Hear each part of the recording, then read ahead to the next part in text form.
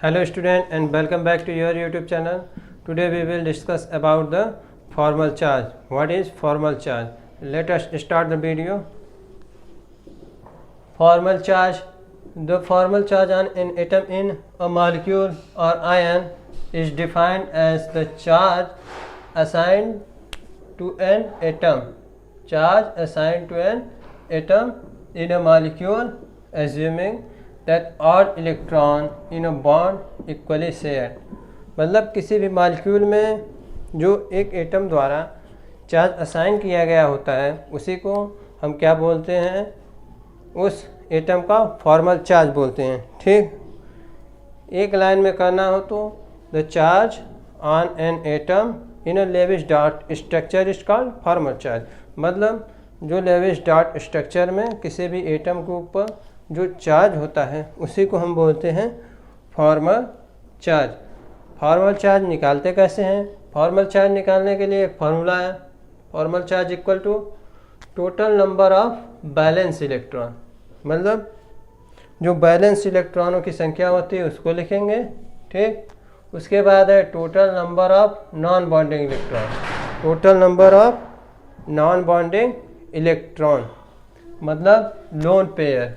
ठीक, जो non bonding electron होते हैं, नॉन बॉन्डिंग इलेक्ट्रॉन क्या होते हैं? लोन पेयर होते हैं. ठीक, अभी हम एग्जांपल से इसको और क्लियर कर देंगे.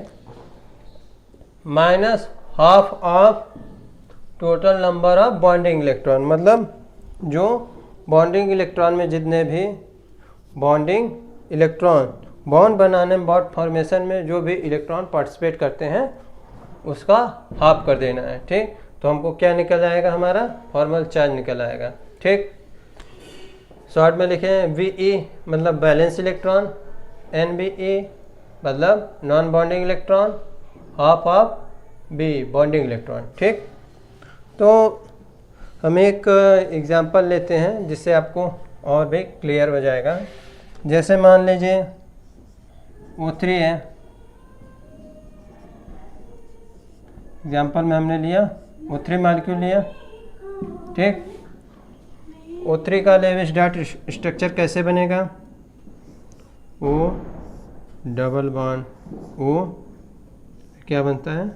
O. ठीक है, बैलेंस शेल में ऑक्सीजन के कितने इलेक्ट्रॉन होते हैं? 6 इलेक्ट्रॉन होते हैं. या 2 ने बॉन्डिंग बना दे और बाकी 4 बचा है. यहाँ क्या है? एक लोन पेयर बचा है. यहाँ कितना है? यहाँ 3 है. ठीक, ए लेविस डॉट स्ट्रक्चर है. ठीक, तो हम इसका फॉर्मल चार्ज निकालते हैं.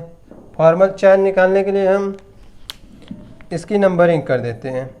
मान लीजिए फर्स्ट ऑक्सीजन एटम है, ये सेकेंड है, ये क्या है? थर्ड ऑक्सीजन एटम है.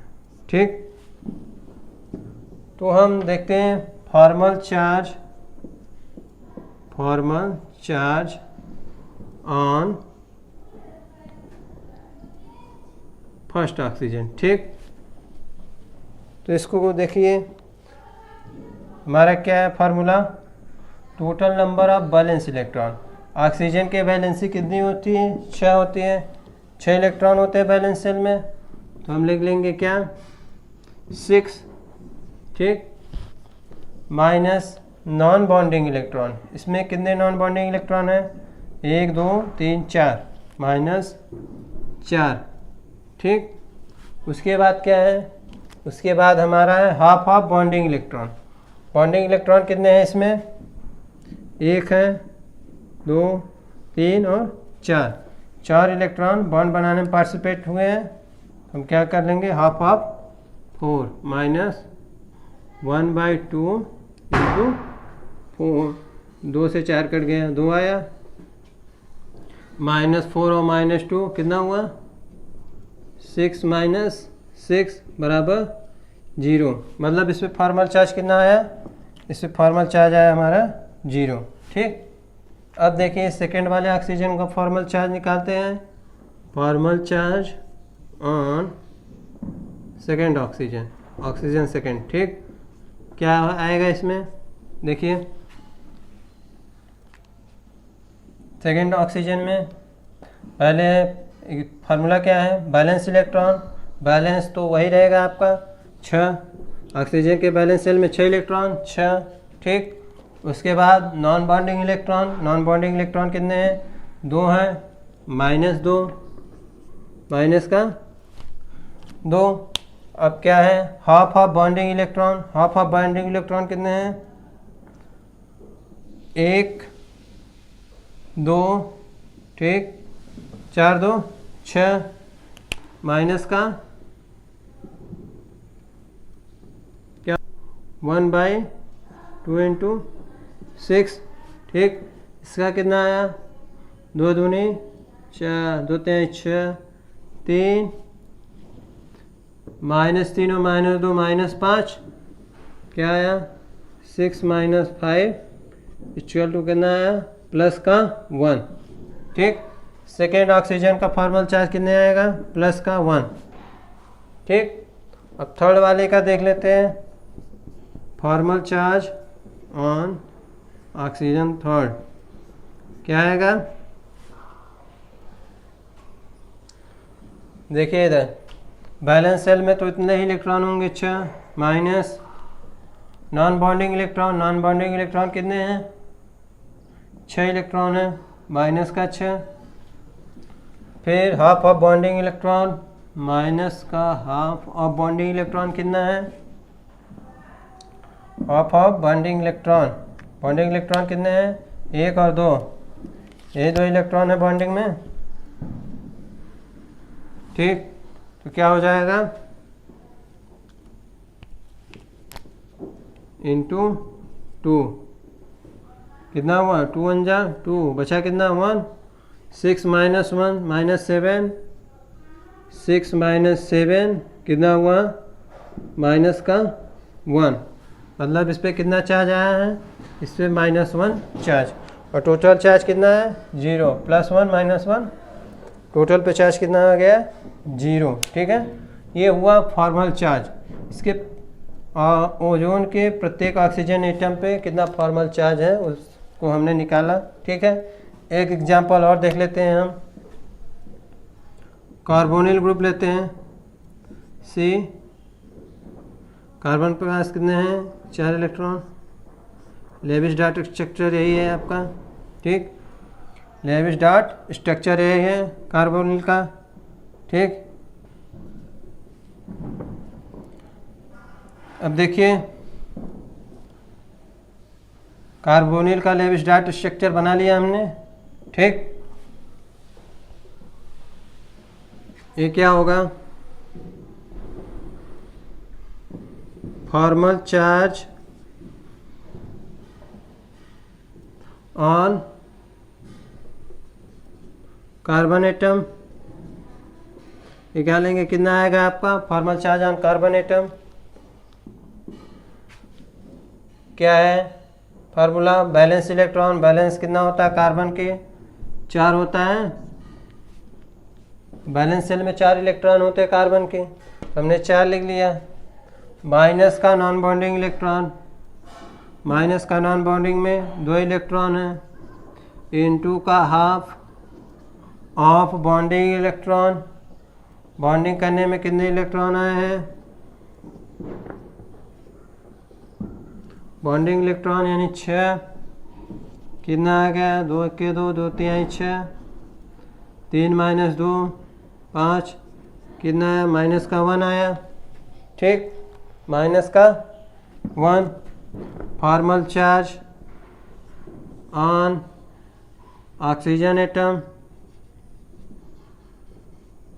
Formal charge on oxygen atom देखेंगे तो क्या आएगा, क्या है बैलेंस इलेक्ट्रॉन, ऑक्सीजन के बैलेंस सेल में 6 इलेक्ट्रॉन होते हैं, ठीक। उसके बाद क्या है नॉन बॉन्डिंग इलेक्ट्रॉन, माइनस का नॉन बॉन्डिंग इलेक्ट्रॉन कितने हैं 2 इलेक्ट्रॉन हैं, ठीक, 2 इलेक्ट्रॉन है इसमें, तो 2 इलेक्ट्रॉन हमने लिख दिया, माइनस का या माइनस होगा, या माइनस का क्या हुआ half of bonding electron, bonding कितने हैं 6 इलेक्ट्रॉन हैं, 6 हैं, 2 तिहाई 6, -3 -2 5, क्या होगा 6 - 5 इक्वल टू प्लस का 1। ठीक, तो इसका फॉर्मल चार्ज कितना आया? इसका फॉर्मल चार्ज आया, ये क्या हुआ, कार्बन पे कितना आया है? कार्बन पे -1 आया है, ऑक्सीजन पे कितना आया है? प्लस का 1। ठीक, ये आया है क्या? Formal charge. ठीक, ये था फॉर्मल चार्ज। अब हम इसके बाद पढ़ेंगे वीक इंटरेक्शन फोर्सेस। तो आइए देखते हैं इंटरेक्शन बिटवीन टू मॉलिक्यूल्स। इसमें इंटरेक्शन दो टाइप्स के होते हैं, एक स्ट्रॉन्ग इंटरेक्शन होता है, एक वीक इंटरेक्शन होता है। स्ट्रॉन्ग इंटरेक्शन में हम देखेंगे ionic bond, covalent bond and metallic bond. ठीक, वीक इंटरेक्शन में क्या क्या आता है? हाइड्रोजन बॉन्डिंग आती है और वन डेर वाल्स फोर्सेस आते हैं। ठीक, हमारे सिलेबस में सिर्फ वीक इंटरेक्शन को पढ़ना है। ठीक है, थोड़ा देख लेते हैं स्ट्रॉन्ग इंटरेक्शन के बारे में, थोड़ा देख लेते हैं, उसके बाद हम इसके बारे में पढ़ेंगे वीक इंटरेक्शन के बारे में, क्योंकि हमारे जो सिलेबस है, हमारा जो सिलेबस है उसमें हमको सिर्फ वीक इंटरेक्शन फोर्सेस ही पढ़ना है। ठीक, इसमें फर्स्ट हमारा होता है आयनिक बॉन्डिंग। आयनिक बॉन्ड काफ़ी स्ट्रांग होता है, आप लोग जानते हैं। प्लस चार्ज और माइनस चार्ज के बीच ये जनरेट होता है। ठीक, माइनस, जैसे मान लीजिए क्या सोडियम क्लोराइड है, उसमें Na पे प्लस चार्ज होता है, Cl पे माइनस चार्ज होता है। इनके बीच जो अट्रैक्शन होता है उसी के कारण हमारा आयनिक बॉन्ड फॉर्म होता है। ठीक, इनके बीच इलेक्ट्रोस्टैटिक फोर्स लगता है जो कि काफ़ी स्ट्रांग होता है। ठीक, आयनिक बॉन्ड को ही बोलते हैं इलेक्ट्रोस्टैटिक फोर्स लगता है, उसकी वजह से आयनिक बॉन्ड को ही क्या बोलते हैं? इलेक्ट्रोवैलेंट बॉन्ड बोलते हैं। ठीक, नेक्स्ट हमारा होता है कोवैलेंट बॉन्ड। ये भी काफ़ी स्ट्रांग होता है, इलेक्ट्रॉनों के शेयरिंग से बनता है। फॉर एग्जांपल Cl2 होता है, Cl के बीच क्या होता है? इलेक्ट्रॉनों की शेयरिंग होता है, तो हमको Cl2 प्राप्त होता है। ठीक, ये भी काफ़ी स्ट्रांग होता है। नेक्स्ट हमारा होता है क्या? Metallic bond. मेटालिक बॉन्ड में क्या होता है? कर्नल होता है। ठीक, कर्नल किसे बोलते हैं? Inner cell electron plus nucleus. ठीक, जो कि पॉजिटिव होता है। ठीक, और उसके बगल बगल में इलेक्ट्रॉन्स होते हैं। ठीक, सी ऑफ इलेक्ट्रॉन्स, ऐसे कर्नल होंगे, कर्नल के चारों तरफ इलेक्ट्रॉन होते हैं। आप लोगों ने अपने पिछली क्लास में सबको पढ़ा होगा, इसमें डिटेल में नहीं जाते हैं। ठीक, कर्नल होता है, कर्नल और सी ऑफ इलेक्ट्रॉन के बीच फोर्स ऑफ अट्रैक्शन होता है, जिससे हमको मेटालिक बॉन्ड मिलता है। ठीक, ये भी काफ़ी स्ट्रांग बॉन्ड होता है। ये जनरली आपको मेटल्स में देखने को मिलता है, जैसे कि आयरन हुआ। ठीक, नेक्स्ट हमारा है वीक इंटरेक्शन। वीक इंटरेक्शन में हमको दो चीज़ें पढ़नी है, हाइड्रोजन बॉन्डिंग पढ़ना है, वन डेर वाल्स फोर्सेस पढ़ना है। ठीक, जो कि काफ़ी वीक फोर्सेस होते हैं। ठीक, इसमें हम फर्स्ट देखते हैं van der Waals forces. Van der Waals forces क्या होती हैं? The weak force of attraction between two molecules is known as van der Waals force। जो दो मॉलिक्यूल होता है उसके बीच में एक वीक अट्रैक्शन फोर्स लगता है, जिसी को हम बोलते हैं van der Waals फोर्स। ठीक, van der Waals फोर्स किन दो मॉलिक्यूल के बीच लगता है उसको भी देख लेते हैं। इसमें फर्स्ट है आपका क्या? Two non polar molecules. जब दो नॉन पोलर मॉलिक्यूल्स होंगे उनके बीच में जो फोर्स ऑफ अट्रैक्शन लगेगा उसी को van der Waals फोर्स बोलेंगे। ठीक, या सेकेंड क्या है? Two polar molecules. क्या? टू पोलर मॉलिक्यूल्स, या जब दो पोलर मॉलिक्यूल होंगे तब उनके बीच जो फोर्स लगेगा उसको बोलेंगे क्या? van der Waals force. ठीक, थर्ड क्या है हमारा? One polar and one non polar molecule. जब एक पोलर और एक नॉन पोलर मॉलिक्यूल के बीच जो फोर्स लगेगा उसी को भी क्या बोलेंगे? van der Waals फोर्स बोलेंगे। या फोर्स क्या है हमारा? एक पोलर हो एक आयन हो, एक पोलर मॉलिक्यूल हो और एक आयन हो, तब उसके बीच में भी जो फोर्स लगेगा उसी को भी क्या बोलेंगे? हम van der Waals फोर्स बोलेंगे। पांचवा क्या है? वन नॉन पोलर हो और एक आयन हो। जब वन नॉन पोलर हो, एक आयन हो, उसके बीच में भी जो फोर्स लगेगा उसको भी क्या बोलेंगे हम, वैन डर वाल फोर्स बोलेंगे। ये कंडीशन है इसकी, ठीक है। इसमें किन किन मॉलिक्यूल्स के बीच में वैन डर वाल फोर्स लगता है, वो वैन डर वाल फोर्स होता क्या है उसके बारे में बताएं। अब हम इसके बाद पढ़ेंगे टाइप्स ऑफ वैन डर वाल फोर्स, ठीक है। कितने टाइप के वैन डर वाल फोर्स होते हैं उसके बारे में पढ़ेंगे, आप इसको नोट कर लीजिए। तो इसके बाद हम टाइप्स ऑफ वैन डर वाल फोर्स के बारे में पढ़ते हैं, ठीक है, नोट कर लीजिए इसको। आइए देखते हैं first type of van der वाल फोर्स, जो कि है ion dipole interaction. Ion dipole interaction क्या होता है? An ion dipole interaction in the intermolecular force of attraction, ठीक, between a charge ion, between a charge ion. Charge ion क्या हो सकता है? कैटायन भी हो सकता है, एनायन भी हो सकता है, ठीक, एंड अ पोलर मॉलिक्यूल, ठीक। एक पोलर मॉलिक्यूल और एक कोई चार्ज आयन हो या कैटायन हो या एनायन हो, तो उसके बीच में जो फोर्स ऑफ अट्रैक्शन होता है उसी को बोलते हैं क्या? आयन डाइपोल इंटरेक्शन, ठीक। फॉर एग्जांपल यहाँ देखिए क्या है, एक कैटायन है, सॉरी एक एनायन है, निगेटिव चार्ज है, ठीक, और एक डाइपोल, ठीक, इसमें एक पॉजिटिव चार्ज है, एक निगेटिव। तो इसमें क्या हो रहा है कि पॉजिटिव चार्ज इस आयन से अट्रैक्ट हो रहा है, ठीक। अट्रैक्ट होने पे यहाँ जो फोर्स है वो क्या है? आयन डाइपोल इंटरेक्शन, ठीक, आईडीआई, ठीक, आयन डाइपोल इंटरेक्शन, ठीक। सेम यहाँ पे जब हम कैटायन लेते हैं तो निगेटिव एंड को क्या करता है? अट्रैक्ट करता है। तो यहाँ भी जो अट्रैक्शन फोर्स होगा क्या होगा? आयन डाइपोल इंटरेक्शन, ठीक। फॉर एग्जांपल देखते हैं, एग्जांपल में हम लेंगे क्या, जैसे कोई आयन है Na प्लस, क्या है?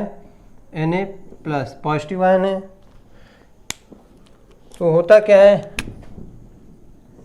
एक लेते हैं हम H2O मॉलिक्यूल, ठीक, HOH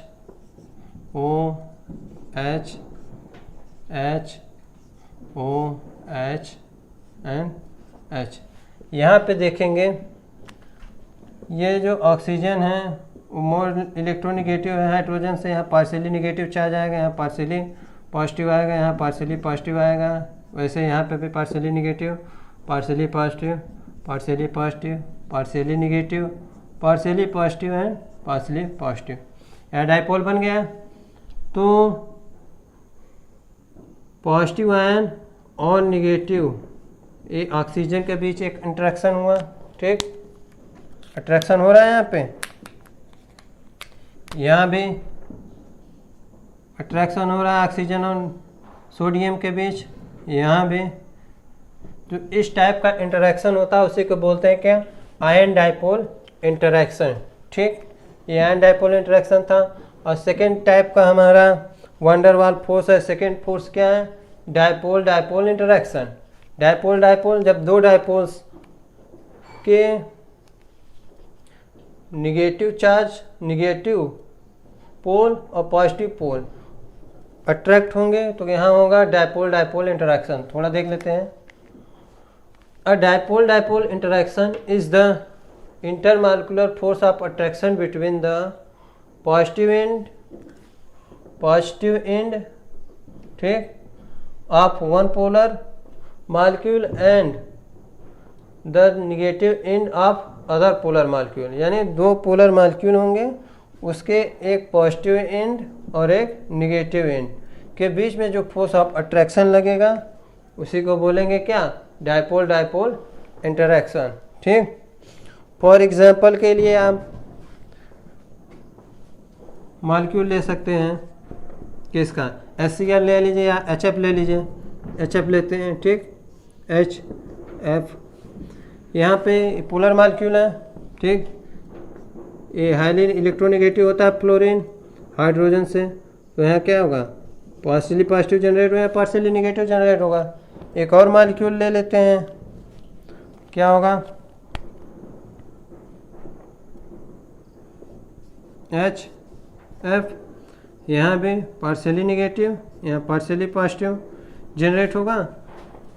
तब फ्लोरीन आयन और हाइड्रोजन आयन के बीच एक अट्रैक्शन फोर्स होगा जो एक दूसरे को खींचे रहेगा। तो इसी फोर्स ऑफ अट्रैक्शन को बोलते हैं क्या, डायपोल डायपोल इंटरेक्शन। इसी को क्या बोलेंगे, dipole dipole dipole dipole interaction, DDI force. ठीक, तो ये दो फोर्स हो गया, दो टाइप का वान डेर वाल फोर्स हो गया। अब इसको नोट कर लीजिए। अब हम इसके बाद नेक्स्ट वान डेर वाल फोर्स के बारे में पढ़ेंगे, इसको पहले नोट कर लीजिए। आइए देखते हैं third type of van der वाल इंटरेक्शन, जो कि है ion induced dipole interaction. Ion induced dipole interaction क्या होता है, the force of attraction between ion and non polar molecule called ion induced dipole interaction. इसमें एक आयन और एक नॉन पोलर मॉलिक्यूल के बीच में जो अट्रैक्शन होता है, इंटरेक्शन होता है, उसी को हम क्या बोलते हैं, आयन इंड्यूस्ड डायपोल इंटरेक्शन बोलते हैं। यहाँ देखिए एग्जांपल में हमने लिया है Fe+2 आयन, और ये क्या है, एक आयन है और ये क्या है, एक नॉन पोलर मॉलिक्यूल है। ठीक है, Fe+2 के प्रेजेंस में इस पे देखिए नॉन पोलर मॉलिक्यूल पे क्या होगा, यहाँ पे पार्शियली निगेटिव चार्ज जनरेट होता है, यहाँ पे पार्शियली पॉजिटिव चार्ज जनरेट होता है। इन दोनों के बीच में जो अट्रैक्शन फोर्स लगता है उसी को क्या बोलेंगे, आयन इंड्यूस्ड डायपोल इंटरेक्शन। ठीक, और एक एग्जांपल ले सकते हैं, जैसे यहाँ Br है, Br के प्रेजेंस पे यहाँ क्या आ गया, पार्शियली पॉजिटिव चार्ज आएगा हाइड्रोजन पे, यहाँ पार्शियली निगेटिव चार्ज, माइनस और प्लस के बीच में जो अट्रैक्शन है इसी को क्या बोलेंगे, आयन इंड्यूस्ड डायपोल इंटरेक्शन। ठीक है, नेक्स्ट हमारा फोर्थ टाइप का वान डेर वाल इंटरेक्शन कौन सा है, डायपोल इंड्यूस्ड डायपोल इंटरेक्शन। इसमें क्या होगा, the interaction between polar and non polar molecule, एक पोलर और एक नॉन पोलर मॉलिक्यूल के बीच में जो इंटरेक्शन होगा उसी को क्या बोलेंगे, call dipole induced dipole interaction. ठीक, फॉर एग्जांपल में लेंगे हम, एक पोलर मॉलिक्यूल लेंगे, एक नॉन पोलर मॉलिक्यूल लेंगे। पोलर मॉलिक्यूल में देखेंगे यहाँ पे पार्शियली निगेटिव चार्ज आएगा, क्योंकि जो क्लोरीन है वो क्या है, मोर इलेक्ट्रोनिगेटिव है देन हाइड्रोजन के। ठीक, और यहाँ पे क्लोरीन के प्रेजेंस में इस पे क्या आ जाएगा, इस क्लोरीन पे क्या आ जाएगा, पार्शियली पॉजिटिव चार्ज, यहाँ पे पार्शियली निगेटिव चार्ज। इन दोनों के बीच में जो इंटरेक्शन होगा उसी को क्या बोलेंगे, डायपोल इंड्यूस्ड डायपोल इंटरेक्शन बोलेंगे। ठीक, अब नेक्स्ट देखते हैं, नेक्स्ट हमारा क्या है, instantaneous dipole and induced dipole interaction. ये क्या होता है, the interaction between two non polar molecules known as instantaneous dipole induced dipole interaction. यहाँ पे हम दो नॉन पोलर मॉलिक्यूल के बीच में जो अट्रैक्शन होगा, जो इंटरेक्शन होगा, उसी को क्या बोलेंगे, instantaneous dipole induced dipole interaction. यहाँ पे हमने दो नॉन पोलर मॉलिक्यूल लिया है, H2 लिया है। ठीक, इन दोनों के बीच में जो अट्रैक्शन होगा, यहाँ पे पार्शियली पॉजिटिव, यहाँ पार्शियली निगेटिव। ठीक, इसके प्रेजेंस में इसमें क्या आ जाएगा, एक पार्शियली निगेटिव चार्ज, यहाँ पार्शियली पॉजिटिव चार्ज। ठीक, इन दोनों के बीच में जो अट्रैक्शन फोर्स लगेगा, इसके पार्शियली पॉजिटिव और ये क्या है, पार्शियली निगेटिव, इन दोनों के बीच में जो अट्रैक्शन फोर्स लगेगा उसी को बोलेंगे क्या, instantaneous dipole induced dipole interaction बोलेंगे। ठीक है, ये हमारे 5 प्रकार के वान डेर वाल इंटरेक्शन हो गए। ठीक, अब हम देख लेते हैं इसके ऑर्डर क्या है, इसका सबसे स्ट्रांग कौन सा होगा। इसमें सबसे स्ट्रांग होता है आयन डायपोल इंटरेक्शन। ठीक, उसके बाद होता है डायपोल इंटरेक्शन। थर्ड नंबर पे आता है आयन इंड्यूस्ड डायपोल इंटरेक्शन। और फोर्थ पे आएगा डायपोल इंड्यूस्ड डायपोल इंटरेक्शन। और सबसे लास्ट में सबसे वीक कौन सा होता है? इंस्टैंटेनियस डायपोल और इंड्यूस्ड डायपोल इंटरेक्शन। ठीक है। और सबसे स्ट्रॉन्गेस्ट आयन डायपोल इंटरेक्शन होता है और सबसे weak instantaneous dipole and induced dipole interaction होता है। ठीक, ये था हमारा weak interaction, van der Waal interaction.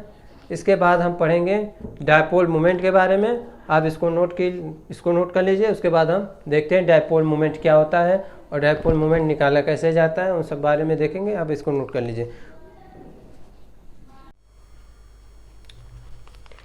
तो आइए हम देखते हैं हमारा नेक्स्ट टॉपिक जो कि है डायपोल मोमेंट। डायपोल मोमेंट क्या होता है? हमने अपने इसके पहले फिजिक्स में पढ़ा है। क्या पढ़ा है? जब कोई दो चार्ज माइनस क्यू और प्लस क्यू किसी शॉर्टेड डिस्टेंस पे रखे होते हैं तो उसका डायपोल मोमेंट क्या होता है? डायपोल मोमेंट होता है product of any one charge and product of any one charge. कोई एक चार्ज लेंगे and shortage distance between two charge. इसका शॉर्टेज डिस्टेंस क्या है? 2L है। ठीक, तो इसका डायपोल मोमेंट क्या है? 2QL। ठीक, तो हमने फिजिक्स में पढ़ा है क्या डायपोल मोमेंट क्या होता है? किसी एक चार्ज और उसके जो दो चार्ज रखे हों उनके बीच की जो शॉर्टेज डिस्टेंस होता है उसके जो प्रोडक्ट होते हैं उसी को हम बोलते हैं क्या? डायपोल मोमेंट बोलते हैं। यहाँ एक चार्ज हमने क्यू लिया विथआउट साइन, या साइन के साथ नहीं लेते हैं।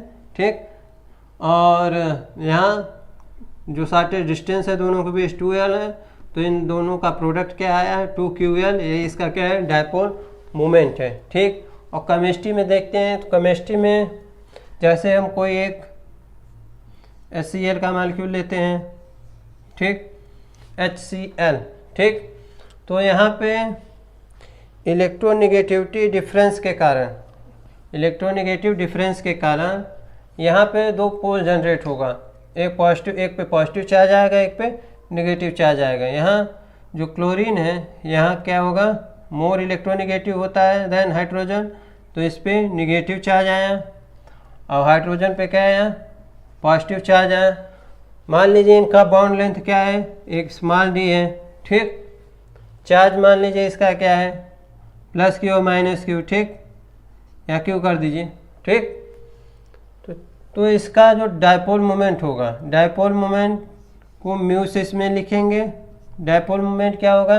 जैसे उसमें कोई एक चार्ज लेंगे तो इसमें मान लीजिए एक चार्ज क्या है? क्यू ले लिए हम। ठीक, और दोनों के बीच का डिस्टेंस इसमें 2L था, यहाँ पे क्या है? बॉन्ड लेंथ D है, तो ये क्या होगा? Q into D। ठीक, तो डायपोल मोमेंट क्या आया? Q into D। तो हम इसके डिफिनीशन को क्या लिखेंगे कि डायपोल मोमेंट क्या होता है? कोई एक चार्ज तथा मॉलिक्यूल का जो चार्ज सेपरेशन है, ठीक, D, उसके प्रोडक्ट को क्या बोलेंगे? डायपोल मोमेंट बोलेंगे। ठीक, देख लेते हैं इसका definition. The dipole moment of a molecule is defined as, ठीक, product of any one charge, positive हो या नेगेटिव हो, ठीक, विथआउट साइन लेंगे, and distance of separation between two charge.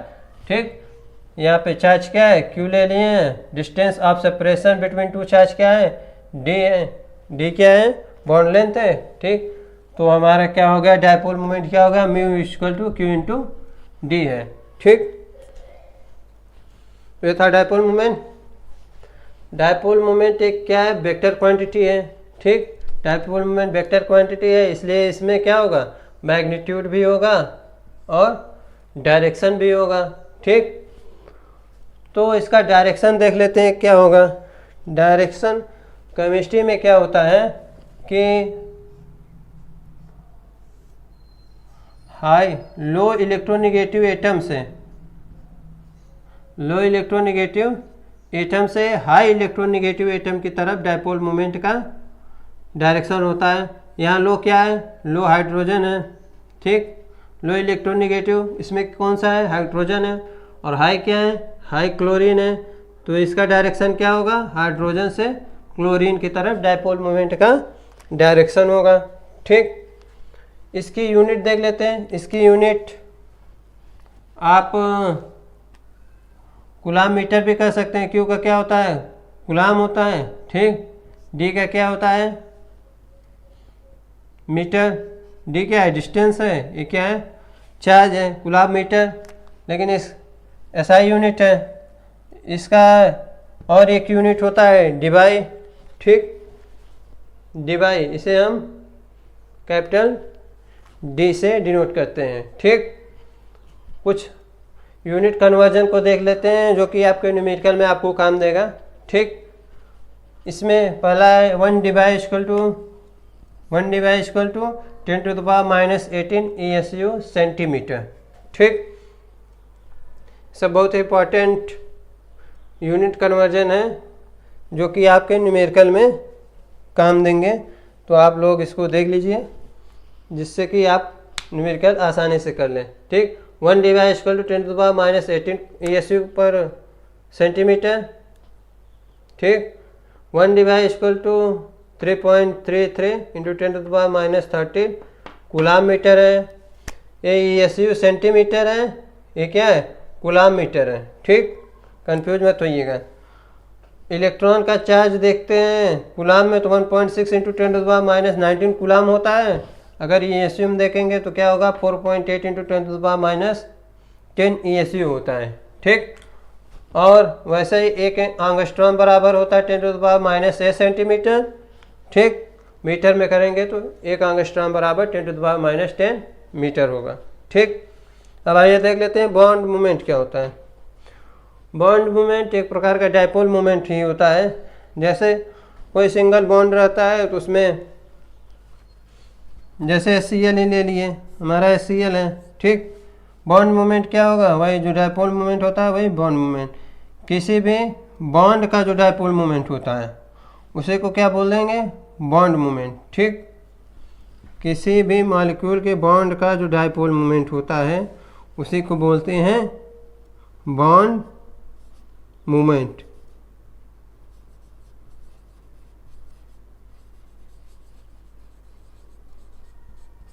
ठीक, यह सिंगल है तो डायपोल मूवमेंट और बॉन्ड मूवमेंट दोनों क्या होगा, सेम होगा।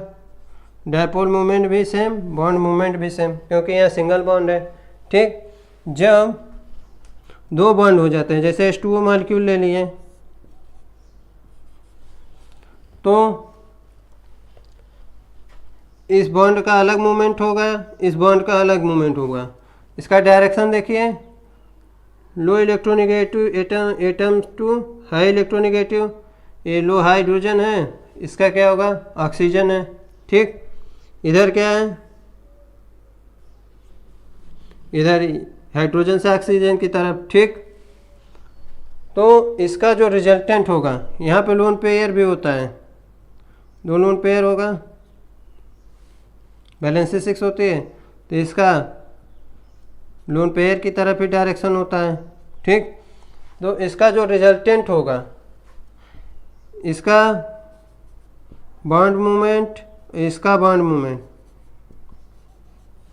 ठीक, इन सब का जो रिजल्टेंट होगा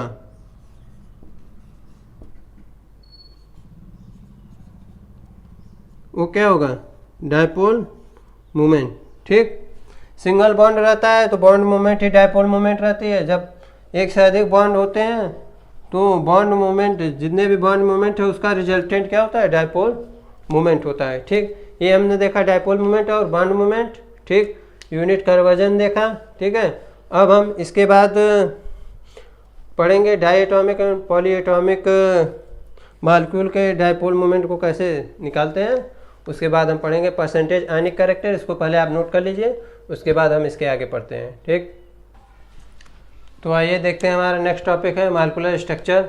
मॉलिक्यूलर स्ट्रक्चर क्या होता है, किसी भी मॉलिक्यूल का 3 डायमेंशनल अरेंजमेंट किसी भी पर्टिकुलर सॉल्वेंट में जो होता है उसी को बोलते हैं हम मॉलिक्यूलर स्ट्रक्चर। मॉलिक्यूलर स्ट्रक्चर के बारे में हम विस्पर थियरी में पढ़ेंगे, जो कि हमारे सेकेंड यूनिट का पार्ट है। ठीक है, उसमें हम अच्छे तरीके से पढ़ेंगे मॉलिक्यूल्स के जो ज्योमेट्री है वो क्या होता है, उसका शेप क्या होता है, मॉलिक्यूल्स के बीच का एंगल क्या होता है, ठीक, उसमें हम डिटेल से पढ़ेंगे। यहाँ देख लेते हैं, थोड़ा दिया हुआ है तो उसको जनरली देख लेते हैं। क्या होता है molecular structure? It is a 3 dimensional arrangement of molecule in a particular solvent, ठीक, जो 3 डायमेंशनल अरेंजमेंट होता है किसी भी मॉलिक्यूल का एक पर्टिकुलर सॉल्वेंट में, उसे हम बोलते हैं मॉलिक्यूलर स्ट्रक्चर बोलते हैं, ठीक। यहाँ पढ़ेंगे डायएटॉमिक और पॉलीएटॉमिक मॉलिक्यूल्स क्या होते हैं तथा उनका डायपोल मोमेंट क्या होता है, ठीक। तो देख लेते हैं डायएटॉमिक मॉलिक्यूल्स क्या होता है। Diatomic molecules consist of 2 atoms joint to each other by covalent bond, ठीक। यहाँ पे 2 एटम होते हैं जो कि कोवैलेंट बॉन्ड के द्वारा जुड़े होते हैं, इसलिए उसे क्या बोलते हैं diatomic molecule. In this type of molecule dipole moment of the bond, dipole moment of the bond हमने इसके पहले क्या पढ़ा है, डायपोल मोमेंट जो बॉन्ड का होता है उसी को बोलते हैं क्या, बॉन्ड मोमेंट, ठीक।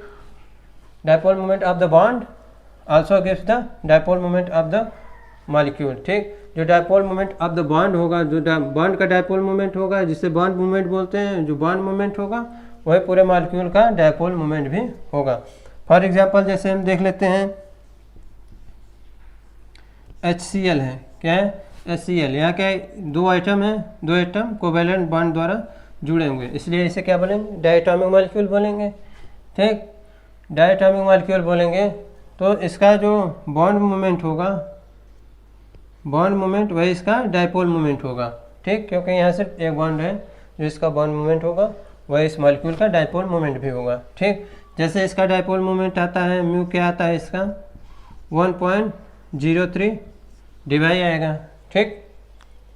और डायपोल मोमेंट हमको बताता क्या है, डायपोल मोमेंट हमको यह बताता है कि जो मॉलिक्यूल है वो पोलर है कि नॉन पोलर है। जब डायपोल मोमेंट की वैल्यू कुछ ना कुछ आएगी तो जो मॉलिक्यूल होगा वो पोलर होता है। जब डायपोल मोमेंट की वैल्यू 0 आती है तो क्या होता है, जो मॉलिक्यूल होता है वो नॉन पोलर होता है, ठीक।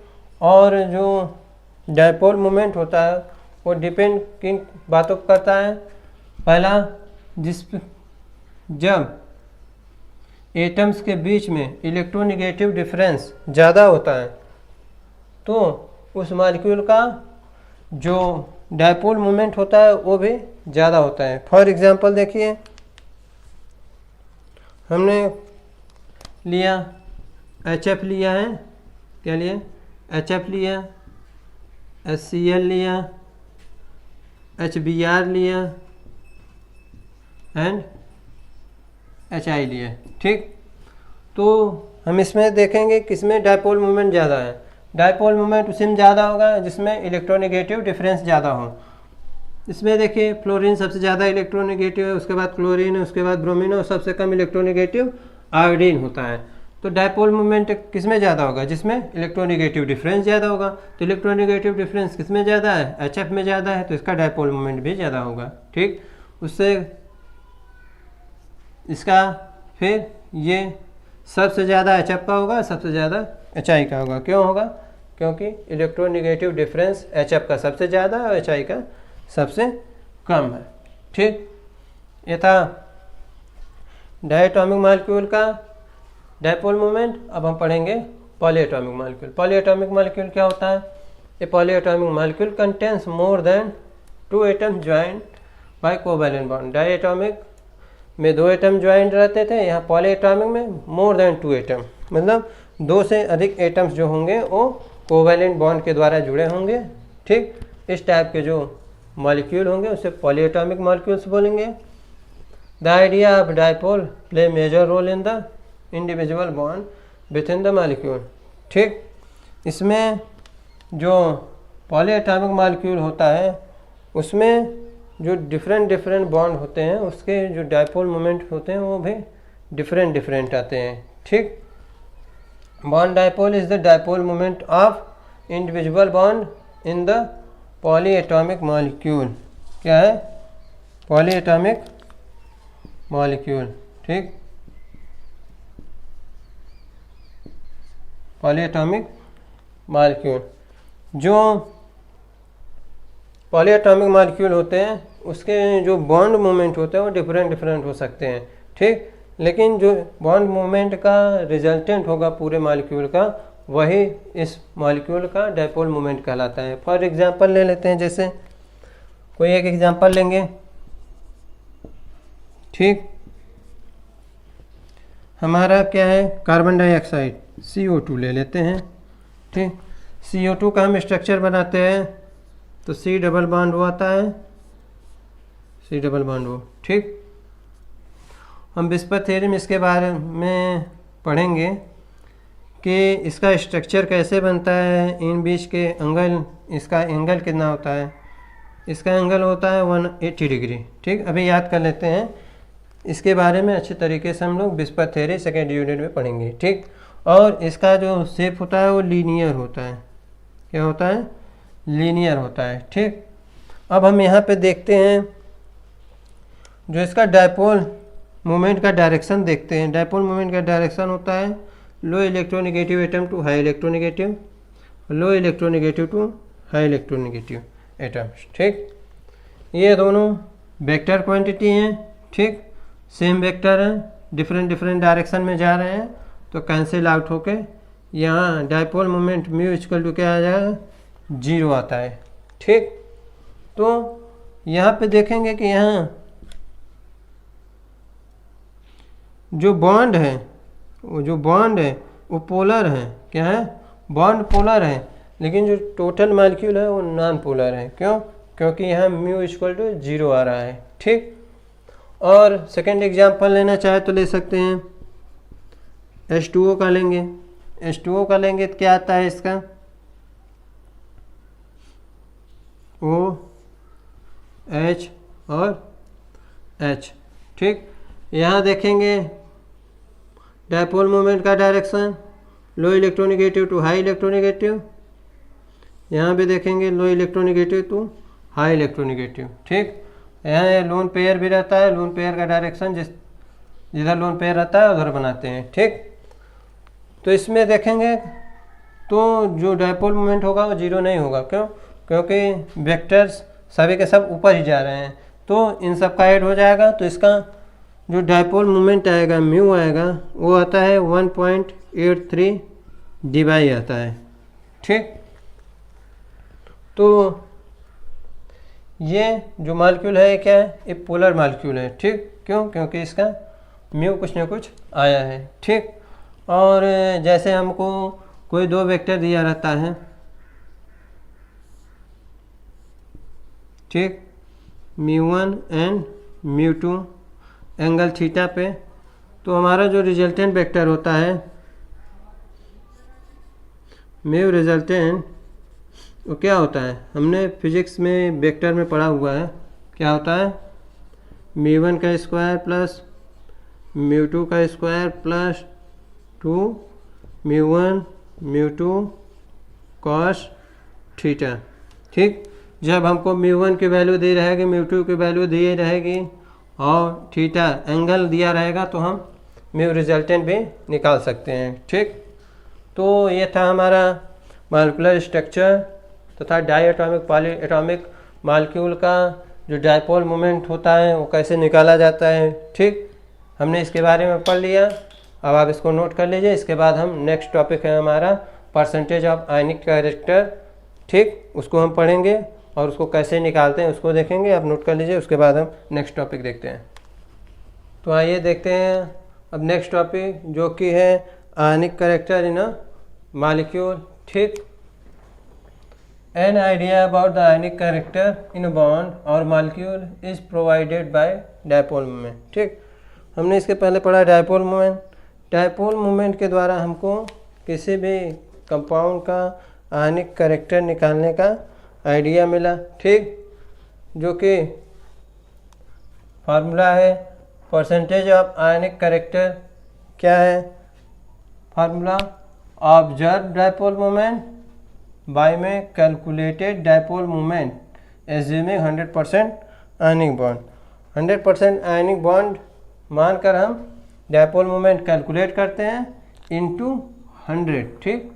मतलब क्या फार्मूला होगा, percentage of ionic character equal to mu observe क्या है, observe dipole moment by calculated dipole moment into 100। ठीक, ये फार्मूला हम एक क्वेश्चन कर लेते हैं तो और हमको ज़्यादा अच्छे से समझ में आ जाएगा। ठीक, जैसे एक क्वेश्चन है, दिया calculated the percentage of ionic character in HCl molecule. ठीक, according to experiment the dipole moment of HCl is 1.03 debye. ठीक, and its bond length is 1.257 into 10⁻⁻8 centimetre. ठीक, और क्या दिया है, the charge develop on HNCl atom would be 4.8 into 10⁻⁻10 ESU। ठीक, for 100% ionic character. ठीक है, तो हमको कैलकुलेट क्या करना है, परसेंटेज ऑफ आयनिक कैरेक्टर। तो हम देखते हैं दिया क्या है हमको, सॉल्यूशन देख लेते हैं। गिवन दैट, क्या क्या दिया है हमको, पहले दिया है क्या, एक्सपेरिमेंट द डायपोल मोमेंट। क्या दिया है, according to experiment the dipole moment, यानी डायपोल मोमेंट क्या दिया है, ऑब्जर्व दिया है हमको क्या, म्यू ऑब्जर्व क्या दिया है हमको 1.03 डिवाइड दिया है। ठीक, और क्या हमको दिया है, bond length is 1.57 into 10⁻⁻8 centimetre. Bond length दिया है, मतलब डी की वैल्यू दिया है, डी की वैल्यू क्या दिया है 1.257 इंटू 10⁻⁻8 सेंटीमीटर। ठीक, और क्या दिया है हमको, और दिया है चार्ज दिया है, क्या दिया है चार्ज, मैं क्यू की वैल्यू दी है, क्यू क्या दिया है 1.8 इंटू 10⁻⁻10 ESU। ठीक, म्यू ऑब्जर्व दिया है, क्यू दिया है, डी दिया है, तो हमको क्या निकालना है, हमको म्यू कैलकुलेटेड निकालना है। म्यू कैलकुलेटेड, ठीक, म्यू कैलकुलेटेड क्या है, डायपोल मोमेंट का फार्मूला क्या है, क्यू इंटू डी। ठीक, क्यू की वैल्यू क्या है 4.8 इंटू 10⁻10 ESU, और क्यू की वैल्यू और डी की वैल्यू क्या है 1 इंटू 1.257 इंटू 10⁻⁻8। ठीक, क्या हो गया ESU सेंटीमीटर। ठीक, चार्ज की वैल्यू ESU में और डिस्टेंस सेंटीमीटर में, ESU सेंटीमीटर हो गया। अब क्या आएगा 4.8 और 1.27 का मल्टीप्लाई करेंगे तो कितना आएगा 6.033 करके आएगा।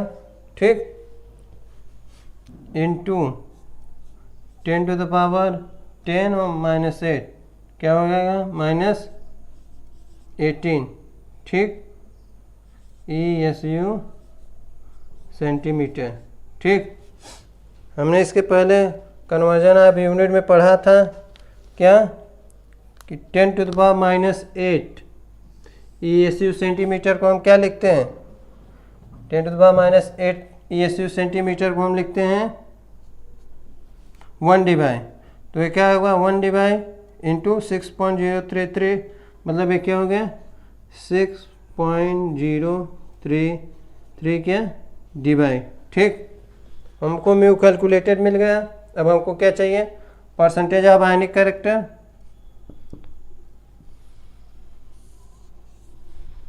Percentage of ionic character, percentage of ionic character क्या होगा, mu observe by mu calculated into 100।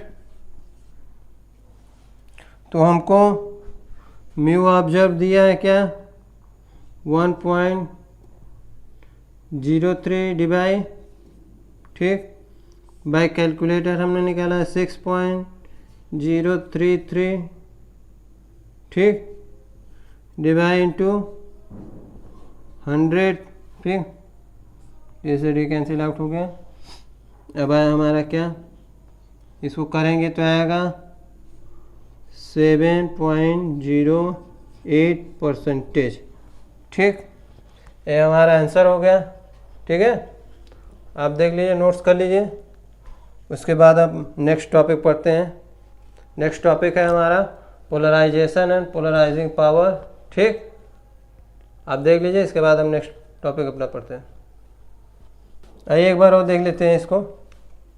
देखिए, हमको पहले क्वेश्चन पढ़ना है और उसमें देखना है दिया क्या क्या है, उसको देख लेते हैं। Calculated the percentage of ionic character in HCl molecule, ठीक, according to experiment the dipole moment of HCl is equal to क्या दिया है 1.03 डिवाइड, मतलब ये क्या दिया हमको म्यू ऑब्जर्व दिया है। क्या दिया है, म्यू ऑब्जर्व दिया है क्या 1.03 डिवाइड, ठीक है।